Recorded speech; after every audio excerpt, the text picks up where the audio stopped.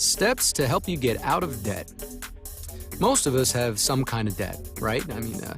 Maybe a car loan, a mortgage, even school loans. And not all debt is bad, but sometimes you find yourself having more debt than you can handle.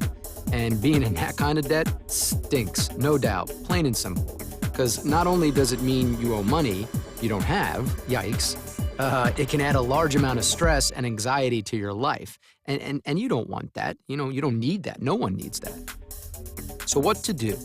Well, okay, it might not be the easiest thing to hear, I know, but you need to make some changes in your life. Because it's the only way to climb out of the hole that seems to just get deeper and deeper every month. First off, think about how long it took you to get into the position you're in. And then realize that it'll probably take some time to crawl out.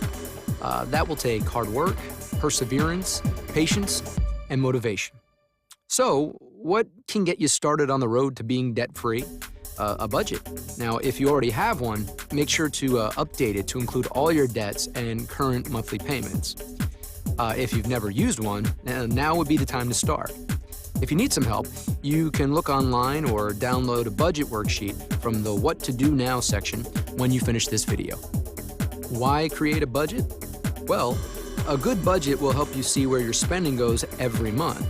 And that means everything from mortgage or rent to credit cards, even to auto loans and electric bills.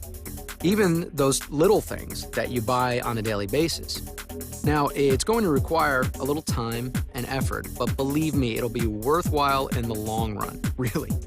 And if you want even more tips on making one, we have a video, yes we do, called How to Set a Budget and Stick to It. That can help. Once your budget is good to go, you'll have a better handle on what you have coming in, what's going out, and what you can actually afford every month. From there, you can make a plan. Start by taking a look at the kind of debt you have and focus on addressing your secured loans. They usually have fixed payment amounts and are for things like a car loan or mortgage. It's not that they're more important, but if you miss payments on them, you can end up losing whatever is being secured. Then, tackle your unsecured debts, like your credit cards and school loans.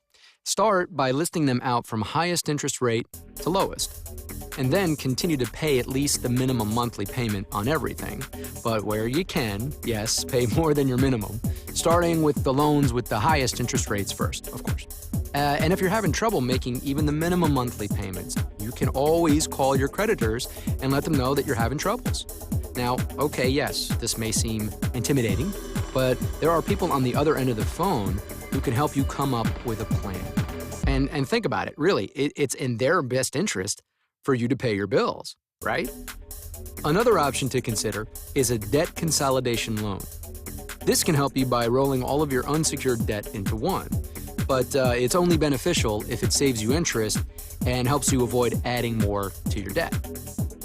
So this is the part where you get some tough love. Yes, now is the time to stop adding to your debt. There's no magic bullet here. It's the best way to reduce what you owe.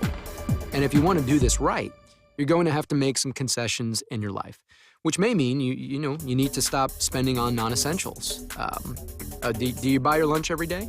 At $7 a day, 50 weeks a year, that habit costs a whopping $1,750 a year. Yeah. So why not make the effort to brown bag it instead? Or hey, how about your Morning Joe? You make it at home, and you can save over $700 a year. Yeah.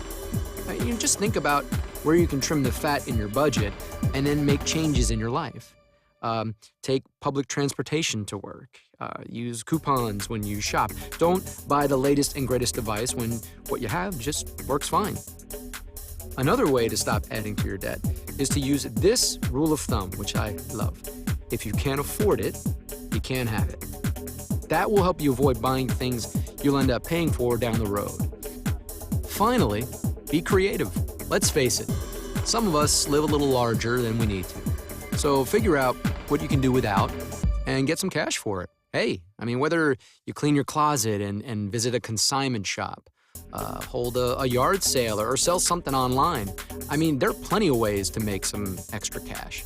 Or, if you have a little time on your hands, why not try to pick up some extra hours at work or get a part-time job?